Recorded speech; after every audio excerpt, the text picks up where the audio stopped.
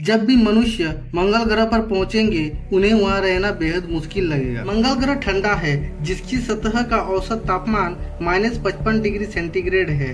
धूल भरी आंधी के दौरान तापमान -125 डिग्री सेंटीग्रेड तक गिर सकता है। इसका वायुमंडल बहुत पतला है और लगभग पूरी तरह से कार्बन डाइऑक्साइड से बना है और सारा पानी जमा हुआ है और कार्बन डाइऑक्साइड से बनी बर्फ के साथ मिश्रित है। इसके अलावा मंगल की सतह पर सौर विकिरण खतरनाक होगा, क्योंकि ग्रह पर पराबैंगनी विकिरण को रोकने के लिए कोई ओजोन परत नहीं है, खासकर सौर ज्वालाओं के दौरान। मंगल ग्रह के नए बासिंदों को तब तक भूमिगत रहना होगा, यानी मंगल की गुफाओं में रहना होगा, जब तक कि शायद किसी दिन मंगल ग्रह को पृथ्वी जैसा दिखने के लिए, यदि पूरी तरह से पृथ्वी जैसा नहीं तो कम से कम नाजुक मानव प्राणियों के लिए अधिक रहने योग्य ग्रह के रूप में रूपांतरित नहीं किया जा सकता है। मंगल ग्रहों को गर्म करने के लिए कई प्रस्ताव सुझाए गए हैं, जिसमें से ऐसे एरोसोल का उत्सर्जन शामिल है जो इंफ्रारेड रेज उत्पन्न करते हैं और सतह को गर्म करते हैं। लेकिन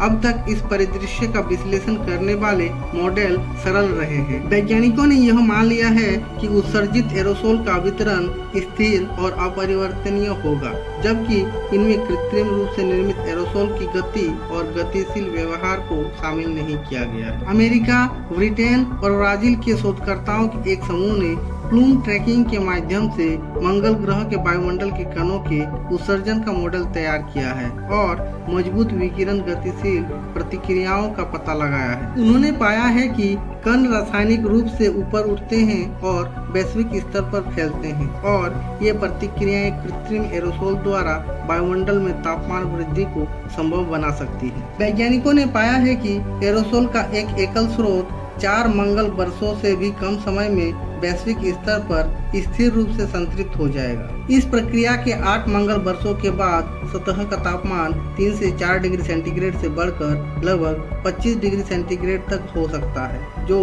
मंगल ग्रह के सामान्य तापमान से अधिक होगा, और 15 वर्षों में तापमान लगभग 35 डिग्री सेंटीग्रेड तक हो सकता है।